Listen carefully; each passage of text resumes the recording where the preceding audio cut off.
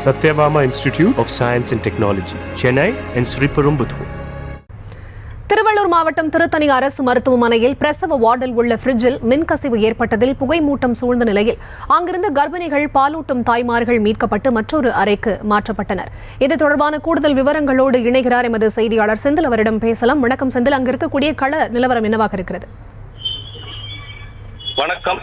திருவள்ளூர் மாவட்டம் திருத்தணி அரசு பொது மருத்துவமனையில் உள்ள பிரசவ வார்டில் கர்ப்பிணிகள் பாலூட்டும் தாய்மார்கள் தங்கி சிகிச்சை பெற்று வருகின்றனர். இந்த நிலையில் பிரசவ வார்டில் இருந்த ஃப்ரிட்ஜ் திடீரென மின்கசிவு ஏற்பட்டு வார்டு முழுவதும் புகை மூட்டம் சூழ்ந்தது. பின்னர் அங்கிருந்த பணியில் இருந்த மருத்துவ ஊழியர்கள் உடனடியாக மின் நிறுத்தம் செய்து கர்ப்பிணிகளை அங்கிருந்து வெளியேற்றி பாதுகாப்பாக அருகில் இருந்த மற்றொரு அறைக்கு தங்க வைத்தனர். உடனடியாக தீயணைப்புத் துறைக்கு தகவல் தெரிவித்தனர்.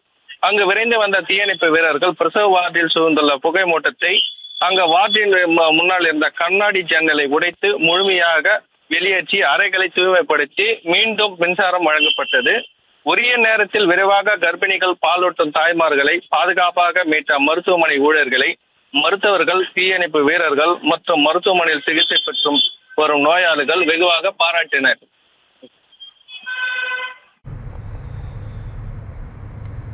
விவரங்களுக்கு நன்றி.